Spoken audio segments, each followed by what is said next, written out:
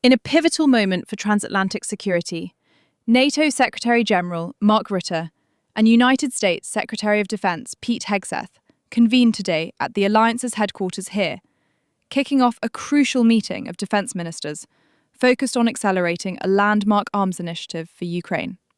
As Russian forces continue their grinding offensive in eastern Ukraine, this gathering signals a renewed, unified push to bolster Kyiv's defences amid fragile peace overtures from Moscow.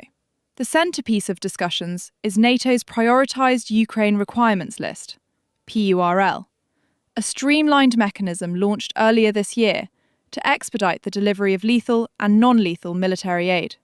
Under PURL, European allies and partners are channeling billions directly into US defence manufacturers, ensuring a rapid surge in weaponry, from advanced artillery shells to precision-guided munitions, that only American industry can supply at scale.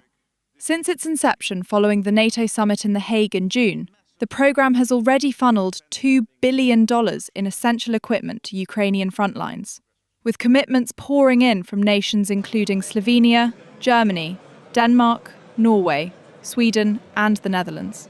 Speaking to reporters as they entered the fortified NATO compound under a crisp autumn sky, Secretary Hegseth struck an unequivocal tone, emphasising the imperative for allies to step up even more in procuring American-sourced arms.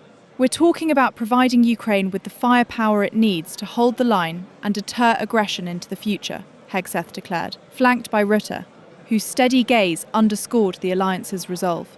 "This isn't charity. It's strategic investment in our collective security.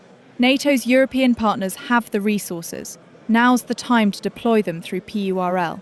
Rutte, the former Dutch Prime Minister whose pragmatic leadership has steadied NATO through turbulent transitions, echoed the call.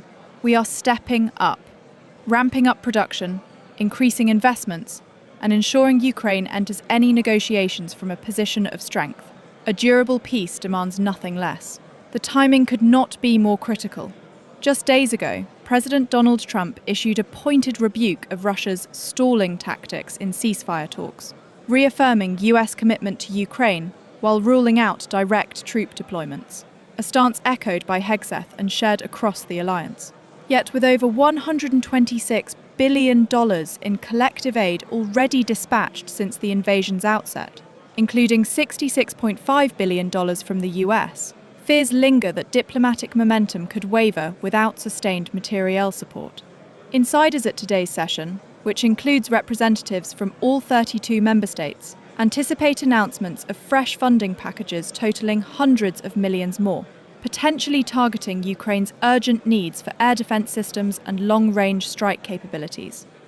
This arms escalation arrives against a backdrop of broader NATO reforms. Allies are on track to meet or exceed the long-standing 2% GDP defence spending threshold this year, with many pledging hikes toward a proposed 5% target championed by Trump and backed by Rutte.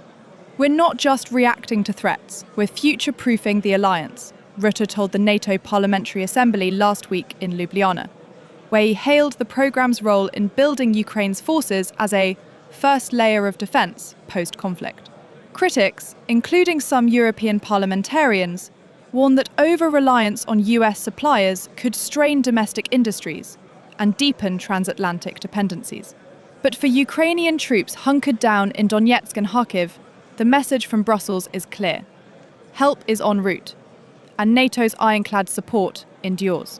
As deliberations unfold through the afternoon, all eyes remain on whether this meeting will yield the bold commitments needed to tip the scales. DRM News will provide live updates as announcements emerge.